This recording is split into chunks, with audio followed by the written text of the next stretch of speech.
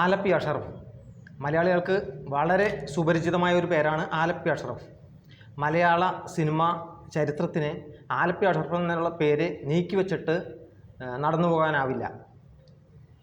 നടപടികളിൽ എവിടെയെങ്കിലും നിർമ്മാതാവ്, സംവിധായകൻ, ഡബ്ബിംഗ് ആർട്ടിസ്റ്റ്, നടൻ, എഴുത്തുകാരൻ, ഇങ്ങനെ പല റോളിൽ അദ്ദേഹത്തിൻ്റെ പേരുകൾ തെളിഞ്ഞു വരും.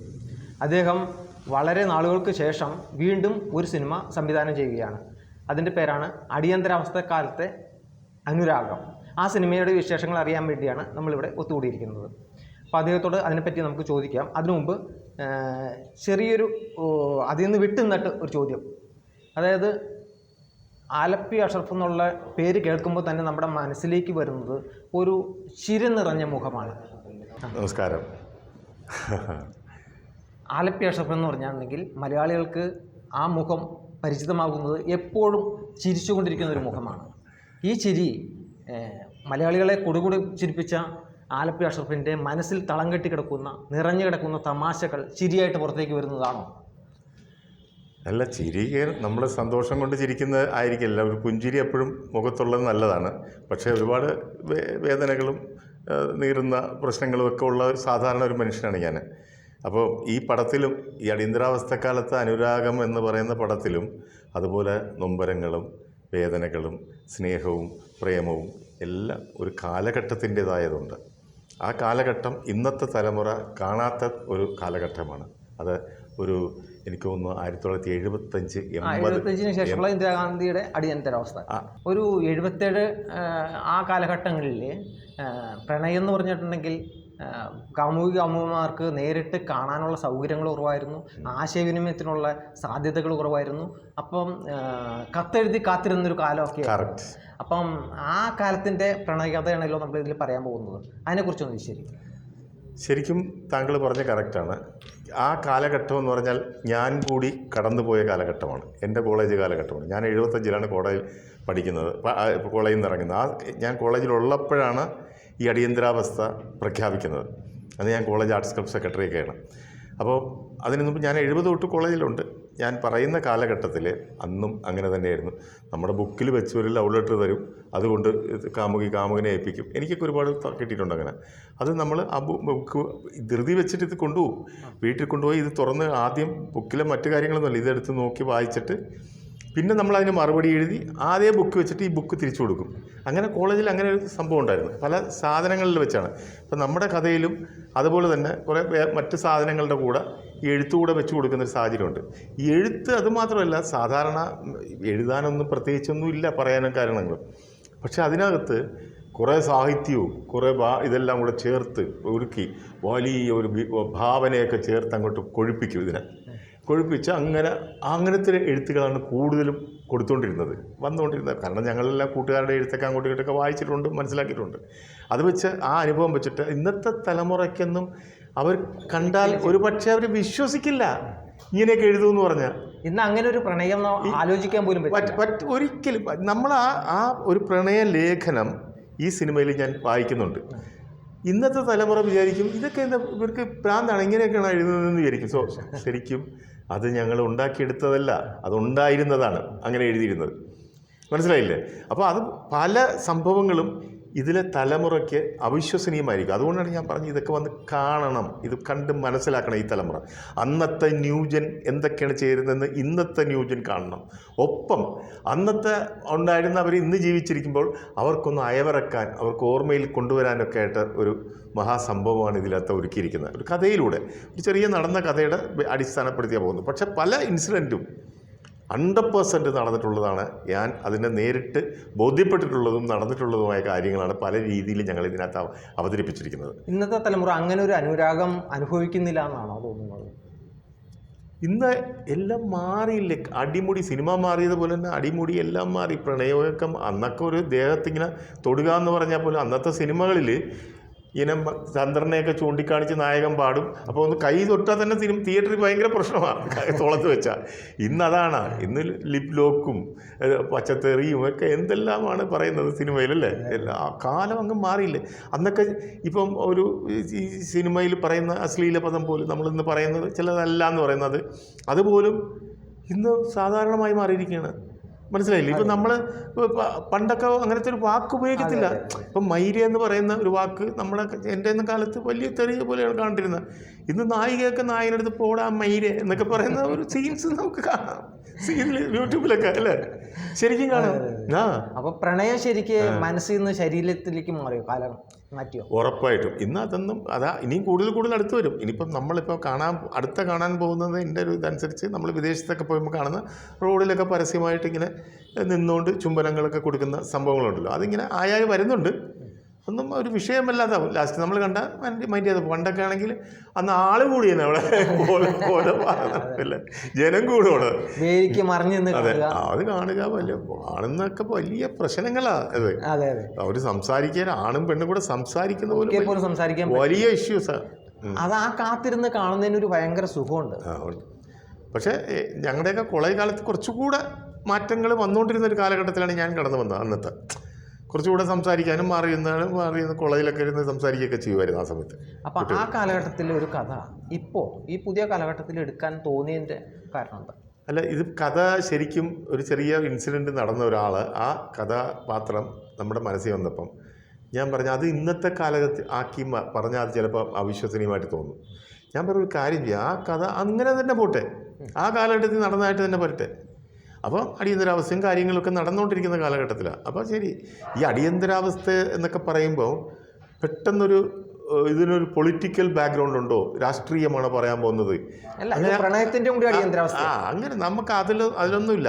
കഥ കടന്നു പോകുന്ന സന്ദർഭങ്ങളിലുള്ള ചില സൂചനകൾ ഞാൻ ഉദ്ദേശിച്ചത് നമുക്ക് എല്ലാത്തിനും ഒരു നിയന്ത്രണങ്ങൾ ഉണ്ടായിരുന്നു, ആണിനും പെണ്ണിനും കണ്ടുമുട്ടാനൊക്കെ. ശരിക്കും അങ്ങനത്തെ അടിയന്തരാവസ്ഥ ആവാം, പ്രണയത്തിലുള്ള അടിയന്തരാവസ്ഥ എന്ന് പറയാനും കറക്റ്റാണ്. അതെ, അതുമാണ് ആ ഉദ്ദേശവും കറക്റ്റാണ് ശരിക്കും. അല്ല, ഞാൻ പറയുന്നത് സാധാരണ കേൾക്കുമ്പോൾ അടിയന്തരാവസ്ഥ എന്ന് പറയുമ്പോൾ അന്നത്തെ ഒരു രാഷ്ട്രീയ സാഹചര്യം ഉണ്ടല്ലോ, അതാണ് സംഭവം. അല്ലെങ്കിൽ പക്ഷെ നമ്മുടെ കഥയിൽ നക്സലൈറ്റുകളെയൊക്കെ പിടിച്ചുകൊണ്ട് വരുന്ന ഇടിക്കുന്നതൊക്കെ ഉണ്ട്, സംഭവങ്ങളുണ്ട്, ഉണ്ട്. അത് പോലീസ് സ്റ്റേഷൻ കാണിക്കുമ്പോൾ നമ്മൾ ഒരു സിനിമയിൽ ഒരു പണ്ടത്തെ സിനിമകളിൽ കാണിക്കുന്നത് ഒരു പോലീസ് സ്റ്റേഷൻ കാണിച്ച് ആ കഥാപാത്രം എന്ത് ചെയ്യുന്നു അത് മാത്രമായിരുന്നു അന്നത്തെ സിറ്റുവേഷൻ അനുസരിച്ച് കാണിച്ചുകൊണ്ടിരുന്നത്. ആ കഥാപാത്രത്തിൻ്റെ എന്താവശ്യം അത് പോലീസ് സ്റ്റേഷനിൽ കാണിക്കും. ഇന്ന് അതൊക്കെ മാറി. ഇന്ന് നമ്മൾ ആ കഥാപാത്രം കടന്നു വരുമ്പോൾ അവിടെ നടക്കുന്ന മൊത്തം കാര്യങ്ങൾ കാണിച്ചിട്ട് ആ കഥാപാത്രം അതിനകത്തോട്ട് കയറുന്നത്. അതിലും ഈ കഥാപാത്രത്തിൻ്റെ ഈ സംഭവം ആ കൂട്ടത്തിലൊന്നാണ് പോലീസ് സ്റ്റേഷനിൽ വരുന്നത്. അല്ല, പോലീസ് സ്റ്റേഷൻ ഇവരിതിനു വേണ്ടി മാത്രം കാത്തിരിക്കുകയില്ല.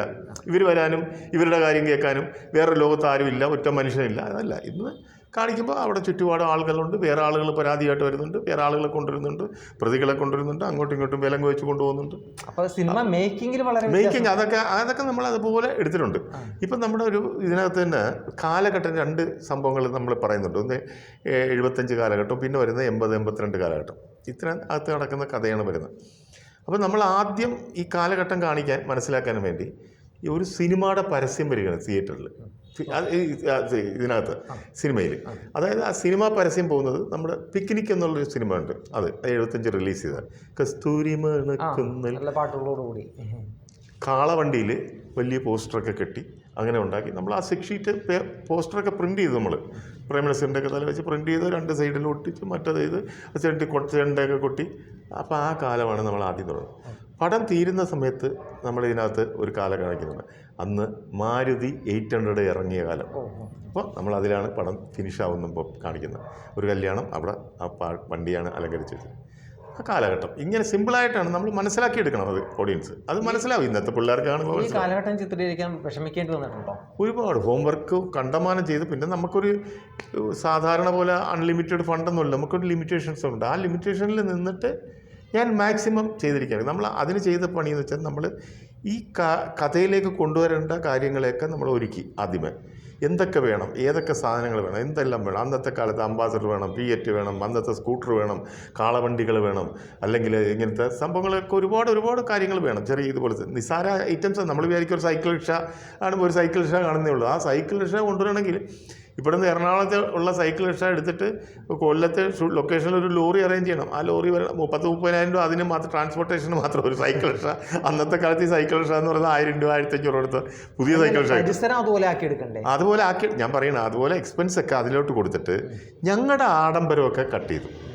അതായത് സിനിമയിൽ വർക്ക് ചെയ്യാൻ വന്ന ഓരോരുത്തരും അതിനകത്ത് ടെക്നീഷ്യന്മാർ, ക്യാമറ യൂണിറ്റുകാരൊക്കെ പറഞ്ഞു, സാറേ ഞങ്ങൾ ആദ്യമായിട്ടാണ് ഒരു പിന്നെ കാരവനില്ലാത്ത പടം വർക്ക് ചെയ്യുന്നത്. ഒറ്റ കാരവനില്ല, 5 സ്റ്റാർ ഇല്ല, ഫ്ലൈറ്റ് ഇല്ല, ഒന്നുമില്ല. പക്ഷേ ഈ മാതിരി കാര്യങ്ങളെല്ലാം ഞങ്ങൾ അറേഞ്ച് ചെയ്ത് വെച്ചിട്ടുണ്ട് കാര്യങ്ങൾ. അപ്പോൾ അത് നമ്മൾ വെറുതെ കാശ് അനാവശ്യ ചിലവുകൾ കംപ്ലീറ്റ് റെഡ്യൂസ് ചെയ്തിട്ട് സിനിമയ്ക്ക് ആവശ്യമുള്ള കാര്യങ്ങൾ ചിലവാക്കുക. അതായിരുന്നു അതെൻ്റെ പണ്ട് തൊട്ടുള്ള രീതികളാണത്. സാറിനെ സംബന്ധിച്ചിടത്തോളം പഴയ നിർമ്മാണ രീതിയാണ് ഉപയോഗിച്ചിരിക്കുന്നത്. ആ മാതിരി പണം ചിലവാക്കുന്നില്ല, വാരി വലിച്ച് ചിലവാക്കി കണ്ടമാനം അതും ഇതും എന്നൊക്കെ പറഞ്ഞ് വാരിക്കളയാനൊന്നും പൈസ ചിലവാക്കുന്നത്. നമ്മൾ ഇതിൻ്റെ അകത്ത് എൻ്റെ ഒരു കാൽക്കുലേഷൻ ഇന്ന് സിനിമയിലൊരു 40% മേലെ വേസ്റ്റേജാണ് പോയിക്കൊണ്ടിരിക്കുന്നത് സിനിമയുടെ. ഇപ്പോൾ ബഡ്ജറ്റ് അത് 50% ആവാം, 60 വരെ വരാം അത് വേസ്റ്റേജ്. അങ്ങനെ ഓരോരുത്തരുടെ ഇതനുസരിച്ചിരിക്കും. എങ്ങനെ പോയാലും ഒരു 40%, 25% ഒക്കെ ഈസി ആയിട്ട് പോകും. ഇപ്പം നമ്മുടെ ഇതിൽ അങ്ങനെയൊന്നും വരാൻ അനുവദിച്ചിട്ടില്ല. എല്ലാം പ്ലാൻ ചെയ്താണ് എടുത്തിരിക്കുന്നത്. അതിനകത്ത് ആകെ പറ്റിയിട്ട് 35 ദിവസം ഞാൻ ഈ പടം പ്ലാൻ ചെയ്താൽ 42 ദിവസമായി. കുറച്ച് ഒരാഴ്ച വ്യത്യാസം വന്നു. അത് കുറച്ച് സോങ്ങും കാര്യങ്ങളും എല്ലാം കുറച്ചുകൂടെ ഭംഗിയൊക്കെ എടുക്കുക. ഫൈറ്റ് പ്ലാൻ ചെയ്യുന്നതൊക്കെ കുറച്ച് ലെങ്ത് നീളം 3 ദിവസം ഉപയോഗിക്കേണ്ടി വന്നു ഫൈറ്റിന്, ഒരു ഫൈറ്റുള്ളത്. അപ്പോൾ അതൊക്കെ വളരെ ക്ലിയറായിട്ട് എടുക്കാൻ വേണ്ടി ആ ടെക്നീഷ്യന്മാർക്ക് വിട്ടുകൊടുത്ത ഡേറ്റുകളാണ് നമ്മൾ. മനസ്സിലായില്ല? അങ്ങനെയൊക്കെ പിന്നെ മഴയും ആ സമയത്ത് കുറച്ച് പ്രകൃതിയുടെ കുറേ പ്രശ്നങ്ങളൊക്കെ ഉണ്ട്. അല്ലെങ്കിൽ ഞാൻ സാധാരണ പ്ലാൻ ചെയ്താൽ കൃത്യമായിരിക്കും ആ പടങ്ങളെല്ലാം ആ ഡേറ്റ് ആ ദിവസം അത് കൃത്യമായിട്ട് തീർക്കുന്ന ഒരാളായിരുന്നു ഞാൻ. എല്ലാം പ്ലാൻ ചെയ്യുന്ന അനുസരിച്ച് വർക്ക് കൊണ്ടുവന്നൊരു സ്വഭാവക്കാരനായ. ലൊക്കേഷൻ കണ്ടെത്താനായിട്ട് ലൊക്കേഷനെ സംബന്ധിച്ച് നമുക്കിപ്പോൾ എല്ലാം എവിടെയെങ്കിലും വന്നാൽ അതെല്ലാം മാറി വലിയ ഫ്ലാറ്റും ഗീറ്റും ഒക്കെ ആയിപ്പോയി, മൊത്തം ടൗണെല്ലാം മാറിപ്പോയി. അപ്പോൾ അങ്ങനെ മാറാത്ത കൊല്ലം ജില്ലയിൽ ഈ വക്കവും പിന്നെ ഈ നമ്മുടെ എന്താണ് വർക്കലയ്ക്കൊക്കെ ഇടയ്ക്കായിട്ട് 5 തെങ്ങ് എന്ന് പറഞ്ഞ അതിനടുത്തായിട്ട് അകത്തുമുറി എന്ന് പറയുന്ന സ്ഥലമുണ്ട്. 5 തെങ്ങിനടുത്ത് അകത്തുമുറി. അപ്പോൾ അവിടെ വലിയ ചേഞ്ചസ് ഒന്നും നടന്നിട്ടില്ല. അപ്പോൾ അങ്ങനത്തെ ഒരു ഏരിയ നമ്മൾ കണ്ടുപിടിച്ച് അവിടെ തന്നെ കായലിൻ്റെ ബാക്ക് വാട്ടറൊക്കെ ഉണ്ട്. കായലിൻ്റെ തീരത്ത് നമ്മൾ അതിമനോഹരമായൊരു വീട് അവിടെ ഉണ്ടാക്കി നായകൻ്റെ വീടായിട്ട് എടുത്തു. പിന്നെ കുറേ അല്ലാത്ത വീടൊക്കെ കുറേ സ്ഥലങ്ങളെല്ലാം കിട്ടി. അവിടെ പോലീസ് സ്റ്റേഷൻ, ഹോസ്പിറ്റൽ കാര്യങ്ങൾ, അത് ഇതൊക്കെ. ഹോസ്പിറ്റലിൽ പോലും നമ്മൾ ചെല്ലുന്ന സ്ഥലത്തൊക്കെ ഇപ്പോഴത്തെ ലേറ്റസ്റ്റ് കട്ടിലുകളും കാര്യങ്ങളൊക്കെയാണ് ഇങ്ങനെ പൊങ്ങി വരുന്നതൊക്കെ.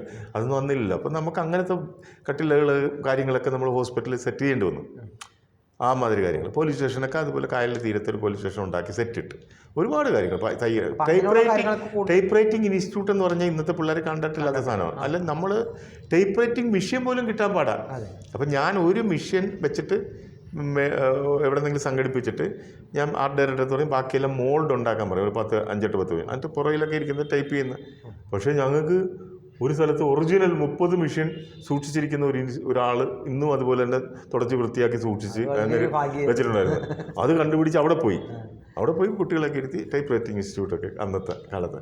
അതൊക്കെ വളരെ എനിക്ക് ഭയങ്കര തൃപ്തിയായി. കാരണം എല്ലാം പക്ക ഒറിജിനൽ ടൈപ്പ് റൈറ്ററൊക്കെ വെച്ചിട്ട് പിള്ളേരെ അടിക്കുന്നത് എല്ലാം നല്ല വർക്കിംഗ് കണ്ടീഷൻ. അതും മനസ്സിലായില്ലേ? അപ്പോൾ അതൊക്കെ വെച്ച് പണ്ട് SLC കഴിഞ്ഞിട്ടുണ്ടെങ്കിൽ നേരെ ടൈപ്പ് ഞാനൊക്കെ SLC കഴിഞ്ഞാൽ പോവുക, എന്നിട്ട് കോളേജിൽ പോയിട്ട് വന്നാലും വൈകുന്നേരം ടൈപ്പിങ്ങിലൂടെ പോകും. മനസ്സിലായില്ലേ? ഇന്നൊന്നും അത് ചിന്തിക്കാൻ പറ്റുമോ? ഇന്നത്തെ പിള്ളേർ മൊബൈൽ വെച്ച് ടൈപ്പ് റൈറ്റിങ് എന്ത് ടൈപ്പ് റൈറ്റിങ്. പക്ഷെ അതെല്ലാം നമ്മൾ കൊണ്ടുവന്നിട്ട് തയ്യൽ ക്ലാസ്, തയ്യൽ റൈറ്റിംഗ് മെഷീൻ, അന്നത്തെ പോകുന്ന ട്യൂട്ടോറിയോ എല്ലാം ഉണ്ട്. പഴയ ആളുകൾ കാണുമ്പോൾ ഇല്ലാത്ത ഒന്നുമില്ല. ഞങ്ങളൊക്കെ കടന്നുപോയ കാലഘട്ടത്തിൽ മിക്കവാറും എല്ലാ ഐറ്റംസ് ഈ പടത്തിൽ കാണാൻ നിൽക്കും. പിന്നെ ഇതിനകത്ത് ഏറ്റവും വലിയ പ്രത്യേകത എന്ന് പറയുന്നത് ഇതൊരു 100% ക്രിസ്ത്യൻ സബ്ജക്റ്റാണ്. ഇത് ശരിക്കും ഈ മുസ്ലിം സബ്ജക്റ്റൊക്കെ എടുക്കുന്ന പോലെ അതുപോലെ തന്നെ ക്രിസ്ത്യൻ ബേസ്ഡ് സബ്ജക്റ്റാണ്. ആ ഗ്രാമത്തിൽ വേറെ ക്യാരക്ടേഴ്സൊന്നുമില്ല ക്രിസ്ത്യൻ. അപ്പോൾ ഇതിനകത്ത് പാട്ടുകൾ 2 പാട്ട് ക്രിസ്ത്യൻ ഡിവോഷണൽ പഴയ പാട്ടുകളാണ്, പഴയ മോഡൽ ട്യൂണുകളാണ് ഉണ്ടാക്കിയിരിക്കുന്നത്. അപ്പം 3 പാട്ട് അതിനകത്ത് ആകെ ഉള്ളത്. ഇത് 3 മ്യൂസിക് ഡയറക്ടേഴ്സിനെ ഞാൻ കൊടുത്തിരിക്കുന്നത്. അപ്പോൾ ഒരു പുതിയൊരാളെ ഞാൻ ഇൻട്രൊഡ്യൂസ് ചെയ്തിട്ടുണ്ട്, ഒരു മ്യൂസിക് ഡയറക്ടർ. അത് വലിയ പ്രഗത്ഭനായ ഒരു പാട്ടുകാരൻ്റെ ചെറിയ ഫാമിലിയിൽ നിന്ന് വന്ന ഒരുത്തനാണ്, ജയരാജ് എന്ന് പറയുന്നത്. അപ്പോൾ ഈ അഫ്സൽ യൂസഫ് ഈ ട്യൂൺ ഉണ്ടാക്കിയപ്പോൾ വളരെ സ്വർഗത്തിൽ വാഴും യേശുനാഥ അങ്ങനെ ഒരു പാട്ടാണ്. അപ്പം ബൈബിൾ വചനങ്ങൾ വെച്ചുള്ള ഒരു പാട്ടാണ്. ശ്രേയാ ഘോഷൽ ഇതുവരെ മലയാള സിനിമയ്ക്ക് വേണ്ടി ഒരു ക്രിസ്ത്യൻ ഡിവോഷണൽ പാടിയിട്ടില്ല. അപ്പോൾ ഫസ്റ്റ് ടൈം ശ്രേയാ ഘോഷലിനെ കൊണ്ട് ആദ്യത്തെ ഒരു ഡിവോഷണൽ ക്രിസ്ത്യൻ സോങ് പാടിക്കുക. അത് കാലാതീതമായി നിൽക്കത്തക്ക രീതിയിലാണ് ആ പാട്ട്. കാരണം അത് എന്നും സൂക്ഷിക്കാവുന്ന വചനങ്ങളാണ് അതിനകത്തുള്ളത്. ക്രിസ്തുവിൻ്റെ കാര്യങ്ങളൊക്കെയാണ് അതിനകത്ത് ആ രീതികൾ, അതായത് ബൈബിൾ വചനങ്ങൾ വെച്ചിട്ട് ആ പാട്ടാണ് ഒരു പ്രാർത്ഥനാ ഗാനമായിട്ടാണ് വരുന്നത്. അതെന്നും അതിപ്പോഴും തന്നെ പലരും അത് മേടിച്ച് മറ്റേ ബാൻഡുകാരും ഈണ്ടുകാരൊക്കെ മേടിച്ചുകൊണ്ട് പോയെന്ന് പറഞ്ഞിട്ട് ആ പാട്ട് അത്ര പോപ്പുലർ ആവാൻ സാധ്യതയുള്ളൂ. അവർ പാടിയതുകൊണ്ട് ആ ശബ്ദത്തിൽ കൂടെ വരുമ്പം നമ്മൾ ക്രിസ്ത്യൻ ഡിവോഷൻ സോങ് എടുക്കുമ്പോൾ ഞാനിത് ആദ്യം ഈ നമ്മുടെ എന്താ പറയുന്നത്, വലിയ ഹിന്ദിയിൽ ആരെങ്കിലും മറ്റേ നമ്മുടെ പഴയ ആശാ ഭോൺസിലെ അതുപോലത്തെ ആരെങ്കിലും കൊണ്ട് ഒന്ന് പാടിക്കണം എന്നുള്ളൊരു ആഗ്രഹം ഉണ്ടായിരുന്നു. കാരണം അതിന് പാടിക്കാൻ കാരണം പറഞ്ഞത് ഏറ്റവും കൂടുതൽ പാട്ടുകൾ ഇറങ്ങിക്കൊണ്ടിരിക്കുന്നത് ക്രിസ്ത്യൻ ഡിവോഷൻ സോങ്ങും ഈ മാപ്പിളപ്പാട്ടുമൊക്കെയാണ് ഏറ്റവും കൂടുതൽ ഇറങ്ങി. ഡെയിലി ഇങ്ങനെ ഓരോരുത്തർ ഇറക്കിക്കൊണ്ടിരിക്കും. അപ്പോൾ അതിൽ വരാത്ത വരികളും ഇല്ല, അതിൽ പറയാത്ത കാര്യങ്ങളും ഇല്ല, ഒന്നുമില്ല. ഇത് ശ്രദ്ധിക്കണമെങ്കിൽ അതുപോലത്തെ ആളുകൾ പാടണം, അല്ലെങ്കിൽ ബാക്കി എല്ലാത്തിൻ്റെ കൂടെ അങ്ങ് പോകും. അപ്പോൾ ആ നോട്ടിങ് അത് കിട്ടണമെങ്കിൽ നമ്മൾ അതുപോലത്തെ ഒരാളെ കൊണ്ടുവന്ന് പാടിക്കണം. അങ്ങനെയാണ് ഇതിനകത്ത് ശ്രേയാ ഘോഷലിനെ ഞാൻ സജസ്റ്റ് ചെയ്തത്. മറ്റത് യേശുദാസ് പാടണമെന്ന് പറഞ്ഞാൽ വേറൊരു അതും ഡിവോഷനിൽ തന്നെ, പക്ഷെ അതല്ല ഒരു പ്രത്യേക സാഹചര്യത്തിൽ പാടുന്ന ഒരു മരണസമയത്തുണ്ടാകുന്ന പാട്ടാണ്. അതിൻ്റെ പ്രത്യേകത എന്ന് വെച്ചാൽ അതേക്കുറിച്ച് എടുക്കുന്ന കുറച്ച് ലെവൽ വേറെയാണ്. ഇപ്പോൾ പുതിയ പിള്ളേരൊക്കെ എടുക്കുന്നതിനേക്കാളും കുറച്ച് ഹൈ പൊക്കി ആത്മനാഥ കരുണാമയ ഇങ്ങനെയൊക്കെ എടുക്കുന്ന ഒരു സാധനം. അപ്പം ദാസേട്ടൻ്റെ ശബ്ദത്തിൽ കൂടെ വന്നാൽ അതിൻ്റെ ഒരു ഗാംഭീര്യത മനസ്സിലാക്കിയ. അപ്പോൾ ഇത് ദാസേട്ടനെ പാടാകത്തുള്ളൂ. അപ്പോൾ ശ്രേയാ ഘോഷലിൻ്റെ ബോംബെയിലും പഠിച്ച് റെക്കോർഡ് ചെയ്യിച്ചു, യേശുദാസിൻ്റെ നമ്മൾ അമേരിക്കയിൽ റെക്കോർഡ് ചെയ്തു. അന്ന് അങ്ങേര് അദ്ദേഹം പോയത് ഓർക്കണം, കൊറോണയ്ക്ക് മുമ്പ് പോയിട്ട് ഇപ്പോഴാണ് വന്നത്, ഈ അടുത്താണ് തിരിച്ചു വന്നത്. 3-4 വർഷം അവിടെ ഇരുന്ന്. അപ്പോൾ അദ്ദേഹത്തിനെ കൊണ്ട് പാടിക്കണമെന്നുള്ള നിർബന്ധം കൊണ്ട് ഇവിടെ ഇരുന്ന് ഇതുപോലെ മ്യൂസിക് ഡയറക്ടറായിട്ട് വീഡിയോ കോൺഫറൻസിൽ പാട്ട് പഠിപ്പിച്ച് അവിടെ പാടി അവിടുത്തെ സ്റ്റുഡിയോയിൽ റെക്കോർഡ് ചെയ്ത് നമ്മൾ എടുക്കരുത്. അത് നിർബന്ധമായിരുന്നു അദ്ദേഹത്തിനെ കൊണ്ട് പാടിക്കണം. ഈ പാട്ടിൽ ഉപയോഗിച്ചിരിക്കുന്ന ഇൻസ്ട്രുമെന്റ്സ് അതുപോലെ പഴയ കാലത്തെ ഇതിനകത്ത് അഫ്സൽ യൂസഫിൻ്റെ പഴയ കാലഘട്ടം അതിൽ അങ്ങനെ തന്നെ ഇൻസ്ട്രുമെൻറ്റ്സ്, മറ്റേ പുതിയ മ്യൂസിക് ഡയറക്ടേഴ്സ് എല്ലാം ലൈവായിട്ട് എല്ലാ മ്യൂസിക്കും ഒറിജിനൽ സാധനങ്ങൾ വെച്ച് തന്നെ അങ്ങനെ ഉപയോഗിച്ചിരിക്കുന്നത്. അല്ലാണ്ട് പഴയ സംഭവങ്ങളിൽ അല്ലെങ്കിൽ കമ്പ്യൂട്ടറിൽ ഇതൊന്നും ഉപയോഗിച്ചിട്ടില്ല. RR അത്രത്തോളം വന്നില്ല, എന്നാലും ആവശ്യത്തിനൊക്കെ അത് തന്നെ ഉപയോഗിച്ചിരിക്കുന്നത് RR. മനസ്സിലായില്ല. RR പിന്നെ വേറെ ലെവലിൽ ഫൈറ്റും കാര്യങ്ങളൊക്കെ വരുമ്പം പിന്നെ പഴയ മ്യൂസിക് ആവശ്യമാണ്. പഴയ RRൻ്റെ കാര്യം ഓർത്തപ്പോഴാണ് സാറ് പണ്ട് ഒരു സിനിമയ്ക്ക് ശബ്ദം കൊണ്ട് RR ചെയ്തിട്ടുണ്ട്. ചരിത്രം അല്ലേ, രവീന്ദ്രൻ മാഷയുടെ. അത് എൻ്റെ പടത്തിലല്ല, അത് നമ്മുടെ സുരേഷ് കുമാറിൻ്റെ പടം. അത് ഞാൻ എപ്പോഴും പറയുന്നത്, അന്ന് ഈ ഭയങ്കര ദാരിദ്ര്യത്തിൽ പടം എടുക്കുന്നൊരു കാലഘട്ടം ഉണ്ടായിരുന്നു. കാശൊന്നും കാണത്തില്ല, വളരെ ബുദ്ധിമുട്ടായിരിക്കും. എന്നാലും എടുക്കണം, ക്യാമറ ഒക്കെ വാടകയ്ക്ക് എടുത്ത് ഫിലിമൊക്കെ മേടിച്ച്, ഫിലിമൊക്കെ അന്ന് കുറച്ച് പൈസ അടച്ചാൽ കിട്ടും. അങ്ങനെ പോകുന്നൊരു സമയത്താണ് സിനിമ തീരുന്നത്. സുരേഷിൻ്റെ കൂലി എന്ന് പറയുന്ന പടം ഉണ്ടായിരുന്നു, സുരേഷ് കുമാർ, മേനക സുരേഷ്. അപ്പോൾ അത് അന്ന് ഞങ്ങളെല്ലാം ഒന്നിച്ച് നടക്കുന്ന സമയം. അപ്പോൾ റീൽക്കാണെങ്കിൽ രവീന്ദ്രൻ മാഷ ഇങ്ങനെ പേരൊന്നുമില്ല, കയറി വരുന്നേ ഉള്ളൂ ഇങ്ങനെ ചെറിയ. അപ്പം റീൽക്കാണെങ്കിൽ ഈ ഫൈറ്റ് വരുമ്പം അപ്പോൾ രവീന്ദ്രൻ മാസ്റ്ററുടെ ബുദ്ധിയെപ്പറ്റി പറയുന്ന ഒരു സംഭവമാണ്. ഏറ്റവും കൂടുതൽ ഇൻസ്ട്രുമെൻറ്റ്സും ബഹളമൊക്കെ ഉണ്ടാക്കുന്ന സംഭവമാണ് ഈ ഫൈറ്റ് വരുന്ന സീക്വൻസ്. കാരണം അടിക്കും മാറിക്കും ഭയങ്കര ബാരറ്റി, തിയേറ്റർ മുഴുവൻ എല്ലാ ഇൻസ്ട്രുമെൻ്റെല്ലാം കൂടി ഇട്ട് അടിക്കും, എന്നൊക്കെ പറഞ്ഞ് അടിച്ച് ബഹളം ഉണ്ടാക്കിയാണ്. പക്ഷെ അതിൽ കൊണ്ടുവരണമെങ്കിൽ പണം ഭയങ്കരമായിട്ട് ചിലവാക്കണം. അപ്പോൾ ഇവരിങ്ങനെ ആലോചിക്കുന്നത്, ഇത്ര ആകെ ബഡ്ജറ്റൊന്നും ഇല്ല, കാശില്ല. അപ്പം രവീന്ദ്രൻ മാസ്റ്റർ പറഞ്ഞ് ഒരു കാര്യം ചെയ്യാൻ നമുക്ക് ഇതിനകത്ത് ചെറിയ മ്യൂസിക് അതിൻ്റെ കൂടെ ഒരു വോയിസ് നമുക്ക് എല്ലാവരും കൂടെ കൊടുക്കാമെന്ന്.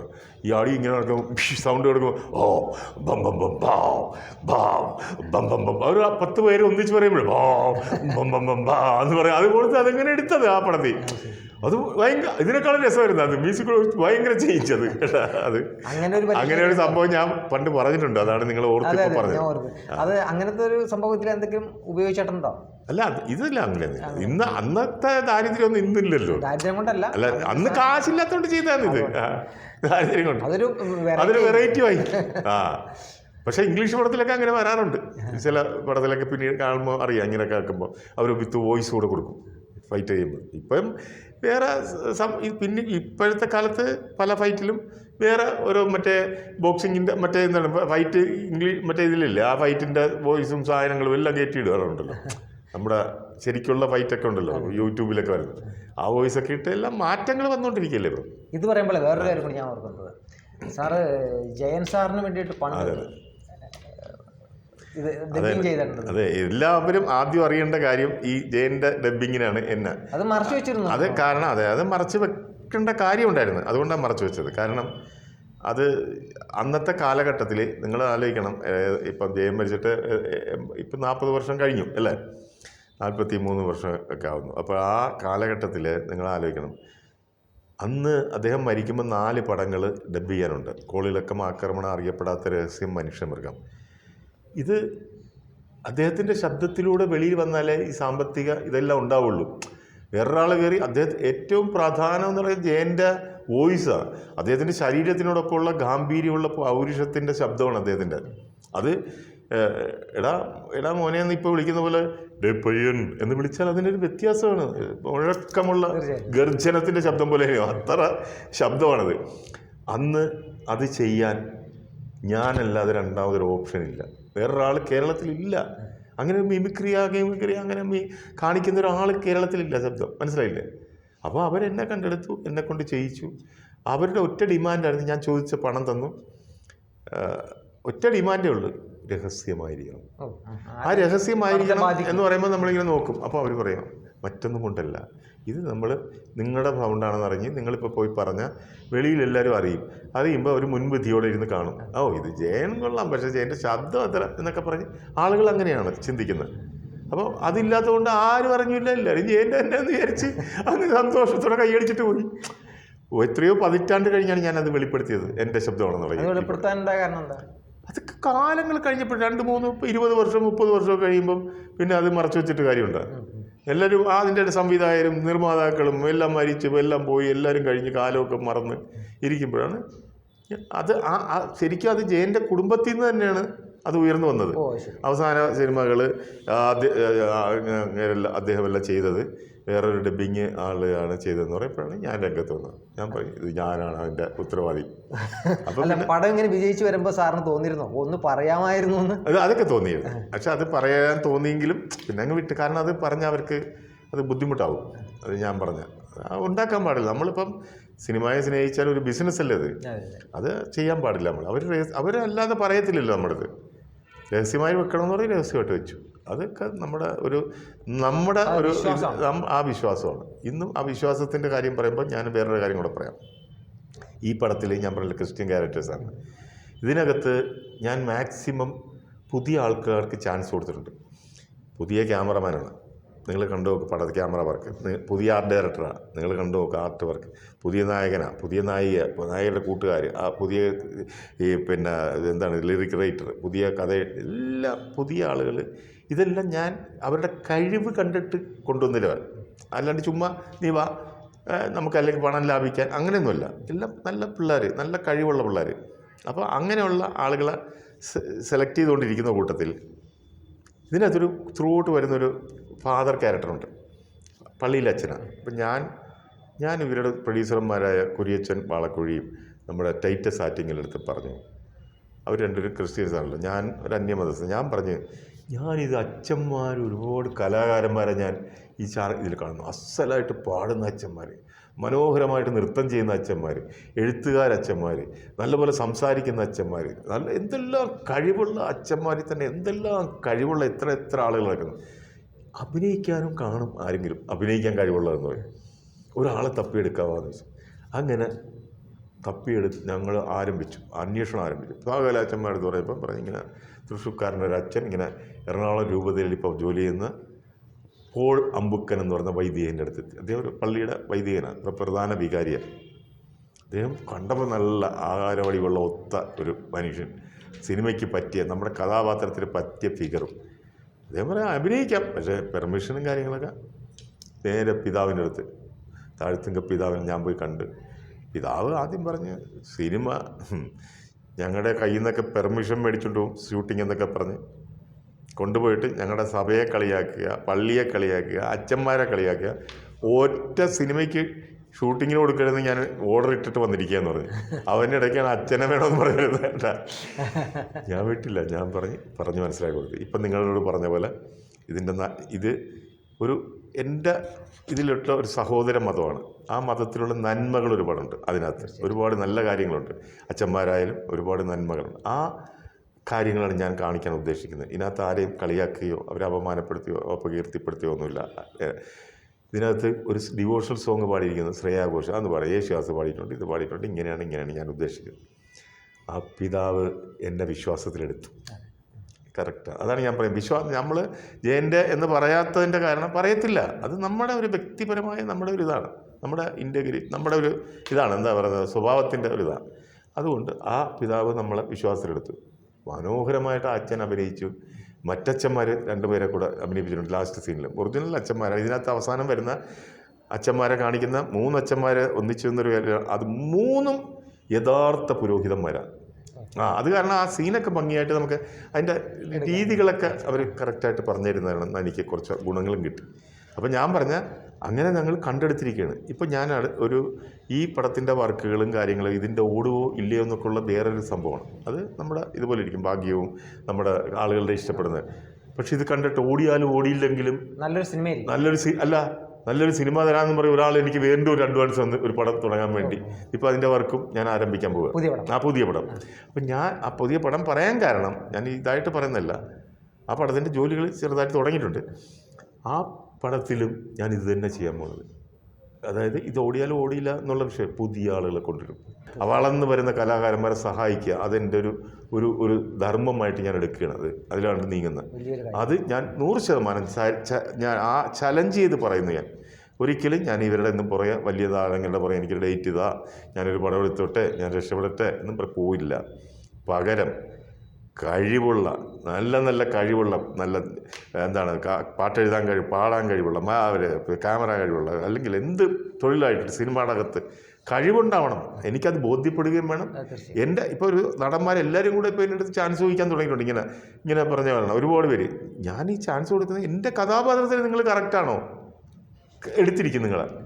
നിങ്ങൾക്ക് ഈ പടത്തിൽ തന്നെ ഒരു കാര്യം കൂടെ പറയാം. ഈ സിനിമ തുടങ്ങുമ്പോൾ ഇതിൻ്റെ ബേസിക് കഥാപാത്രം എന്ന് പറയുന്ന ഒരു ബൈബിൾ നാടകം അഭിനയിക്കുന്ന ഒരു നടൻ്റെ കുടുംബത്തിൻ്റെ കഥയാണ്. ആ നാടക നടൻ അഭിനയിക്കുന്നതായിട്ട് ക്രിസ്തുവായിട്ടാണ് അഭിനയിക്കുന്നത്. അപ്പോൾ പടം തുടങ്ങുന്ന ഒരു നാടകമാണ്, ബൈബിൾ ഡ്രാമ.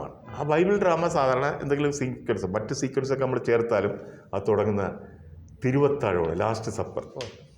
ആ സീനിൽ ലാസ്റ്റ് സപ്പർ കർത്താവ് നടുക്കിരിക്കുന്നു, 6 ശിഷ്യന്മാർ ഇപ്പുറത്ത്, 6 ശിഷ്യന്മാർ അപ്പുറത്ത് വരണം. അതാണ് നമ്മൾ ഈ കലണ്ടറിലെ കാണുന്നത്. അതേ മോഡല് ഞാൻ ആലോചിച്ചു. ഈ സാധാരണ നമ്മൾ ഈ സീക്വൻസൊക്കെ എടുക്കുമ്പോൾ കുറേ പേരെ ഇങ്ങനെ മേക്കപ്പ് കുറേ താടിയൊക്കെ വെച്ചു കെട്ടി കുറേ മേക്കപ്പൊക്കെ ചെയ്ത് ഇപ്പുറത്തിരുത്തും. ഒന്നും പോയില്ല. നേരെ ഫേസ്ബുക്കിൽ അനൗൺസ് ചെയ്ത് എനിക്ക് ഇങ്ങനത്തെ കുറേ രൂപങ്ങൾ വേണമെന്ന് പറയും.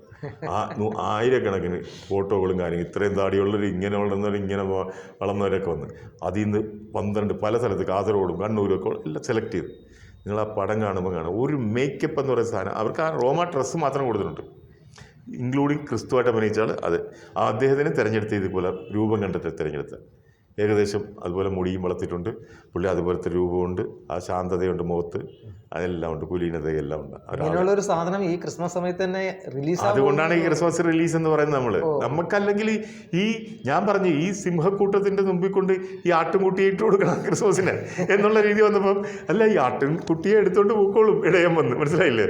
ജനങ്ങളെ ഏറ്റെടുക്കും എന്നുള്ള ആ ക്രിസ്മസ് മൂഡാണ് പടം മൊത്തം. ക്രിസ്ത്യൻ സ്പേസ് ഒരു സാധനമാണ്. പിന്നെ പുതിയ ആൾക്കാർക്ക് അവസരം കൊടുക്കുന്നു പറയുമ്പോൾ പഴയ ഒരു നൊമ്പരം മനസ്സിലുണ്ടോ?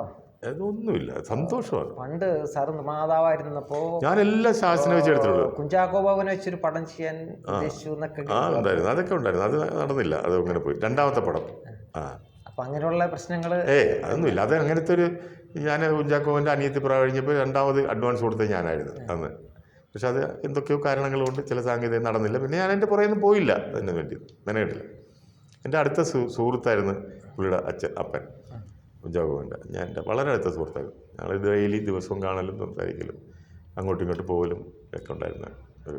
പിന്നെ അങ്ങനെയുള്ളവരെ ഇനി പോകുന്നില്ല, ആരുടെ ഒരു ആർട്ടിസ്റ്റിൻ്റെ പുറകെ പോകുന്നില്ല, അല്ലാതെ ചെയ്ത് കാണിക്കാൻ പോവുക ഇനി പടങ്ങൾ. പുതിയത് വേറൊരു പാറ്റേണിൽ വരുന്നുണ്ട്. ഈ പുതിയൊരു എടുക്കുമ്പോൾ നമ്മൾ കൂടുതൽ ഈ ആർട്ടിസ്റ്റിന്റെ ഒക്കെ പുറകെ പോയി അവരുടെ ഡേറ്റും അവരുടെ കാര്യങ്ങളും നോക്കി അവർ പറയുന്നത് അതല്ല, ഇവരെ പറഞ്ഞ് മനസ്സിലാക്കാൻ കുറേ കൂടി അത് ഒരുപാട് സ്ട്രെയിനാണ്, ഓവർ സ്ട്രെയിനാണ് ഇത്. അത് ഞാൻ വഴക്ക് പറയുമ്പോൾ പിള്ളേർക്കാരെയും ഇത് കഴിയുമ്പോൾ ഭയങ്കര പ്രശ്നം, കണ്ണീരും കഞ്ഞിക്ക് അയ്യോ ആയിട്ടൊക്കെയാണ് തീർക്കുന്നത് നമ്മൾ പലപ്പോഴും. അത് നമ്മൾ ചിലപ്പോൾ നമ്മൾ എന്നാലും സൗഹൃദമായിട്ടൊക്കെ. ഇന്നത്തെ കാലത്ത് വലിയൊരു മനസ്സാണത്. അതെ, പുതിയ അല്ല അത് എൻ്റെ ഒരു തീരുമാനമാണത്. ഞാൻ അങ്ങനെ ചെയ്യത്തുള്ളൂ. അത് ഞാനൊരു കാര്യം പറഞ്ഞാൽ അതുപോലെ പോകുന്ന ആളാണ്. എനിക്ക് നിലപാടുകളുള്ള ആളാണ്. ഞാൻ ചുമ്മാ പറഞ്ഞിട്ട് എന്തെങ്കിലും പൊങ്ങച്ചവോ അല്ലെങ്കിൽ എന്തെങ്കിലും കാര്യങ്ങളോ അല്ലെങ്കിൽ അങ്ങനെയൊന്നുമില്ല. നമുക്ക് എന്തുകൊണ്ട് ചെയ്തുകൂടാ, ഇതാണ് എൻ്റെ ചിന്ത. അപ്പോൾ അതിന് നിൽക്കുന്ന ഒരുപാട് ആളുകളുണ്ട്. എനിക്ക് ഇപ്പോൾ തന്നിരിക്കുന്ന ആളും പറയും നിങ്ങളുടെ ഇഷ്ടം ചെയ്തു എന്ന് പറയും, മനസ്സിലായില്ലേ? പക്ഷേ എന്നാലും ചെറിയ ചെറിയ ക്യാരക്ടേഴ്സൊക്കെ മറ്റുള്ള നടന്മാരൊക്കെ എടുക്കും. കാരണം എല്ലാവരും പൂർണ്ണമല്ല ഞാൻ പറയുന്ന 100% അല്ല. ഇതിലും ഒരുപാട് സേതുലക്ഷ്മി ഇവരൊക്കെ ഉണ്ട്. നമ്മുടെ കലാഭവൻ സാറ് മറ്റേ റഹ്മാനൊക്കെ ഉണ്ട്. അങ്ങനത്തെ കുറേ പേര്, കുറേ ആളുകളുണ്ട്. ടോണി, സിനിമയിൽ കണ്ട കുറേ മുഖങ്ങൾ ഇതിനകത്ത്, കൊല്ലം തുളസി, അങ്ങനത്തെ അവരൊക്കെ അതുപോലത്തെ ക്യാരക്ടേഴ്സ് ചെയ്യുന്നുണ്ട്. അപ്പം ബാക്കിയെല്ലാം ഹീറോ പുതിയ ആൾ, ഹീറോയുടെ കൂടെ 3-4 കൂട്ടുകാരെല്ലാം പുതിയ ആളുകൾ, എല്ലാം ത്രൂ ഔട്ടുള്ള ക്യാരക്ടേഴ്സാണ് ഞാൻ പറയും. അപ്പോൾ അവരൊക്കെ പലരും രക്ഷപ്പെടാൻ സാധ്യതയുണ്ട്. രക്ഷപ്പെടണമെങ്കിൽ രക്ഷപ്പെടുത്ത് ഞാൻ അതുകൊണ്ടാണ് പറയുന്നത്, നിങ്ങൾ അവസാനം ചോദിക്കുമല്ലോ ഇതെല്ലാം കഴിഞ്ഞിട്ട് ഇനി പ്രേക്ഷകരോട് എന്താ പറയാനുള്ളതെന്നൊരു ചോദ്യം വേണ്ട അവസാനം. ഞാനത് അഡ്വാൻസ് ആയിട്ട് പറയുന്നത്, പ്രേക്ഷകരോട് എനിക്ക് പറയാനുള്ളത്, ഞാൻ ഇത്തരം ഒരു സിനിമ ആ കാലഘട്ടമായിട്ടുണ്ട് അന്നത്തെ ന്യൂജനെ ഇന്നത്തെ ന്യൂജനെ മനസ്സിലാക്കാനും അന്ന് ജീവിച്ചിരുന്നവർക്ക് ഈ കാലഘട്ടത്തിലൂടെ കടന്നു പോകുന്നത് കാണാനും അന്നത്തെ കാലത്ത് ജീവിച്ചിരുന്നവർക്ക് ആ കാലഘട്ടത്തിനെ പറ്റി ഒരു അയവിറക്കൽ, ഒരു നൊസ്റ്റാൾജിയ ഫീലിംഗ് അവർക്കുണ്ടാവും. അത് കണ്ടിട്ട് അന്നത്തെ ഞങ്ങളൊക്കെ ഉണ്ടായിരുന്ന കാലഘട്ടം ഇങ്ങനെയാണെന്ന് പറയാൻ പറ്റും. ഇത് മാത്രമല്ല, ഒപ്പം ഒരു പറ്റം കലാകാരന്മാരെ ഞാൻ പറഞ്ഞല്ലോ നേരത്തെ, പുതിയ നായകൻ, പുതിയ നായിക, പുതിയ ക്യാമറമാൻ, പുതിയ ആർട്ട് ഡയറക്ടർ, പുതിയ ഒരുപാട് പേര്, പുതിയ പാട്ടെഴുത്തുകാരൻ, അങ്ങനത്തെ പുതിയ മ്യൂസിക് ഡയറക്ടർ, ഒരു പറ്റം കലാകാരന്മാരെ, കഴിവുള്ള കലാകാരന്മാരെ സെലക്ട് ചെയ്തെടുത്തേക്ക്. അത് നിങ്ങൾ പടത്തിൽ അവർക്ക് കയറിപ്പോകാൻ ഒരു കൽപ്പടവ് ഞാൻ കെട്ടിക്കൊടുക്കുകയാണ്. നിങ്ങൾ കൊടുക്കുന്ന ഈ പടം കൊടുക്കുന്ന ഓരോ പ്രോത്സാഹനവും ഒരു വലിയൊരു റേഞ്ചിലേക്കാണ് അത് പോകുന്നത്. അതല്ലാണ്ട് ഇത് മാത്രമല്ല വരുന്നത്, ഒരുപാട് പേരെ സഹായിക്കുന്ന ഒരു സംരംഭമാണിത് ഇതിനകത്ത്. അപ്പം അങ്ങനെ ചെയ്യണം എന്ന് മാത്രം പറഞ്ഞുകൊണ്ട് നിർത്തുന്നു. നന്ദി, നമസ്കാരം.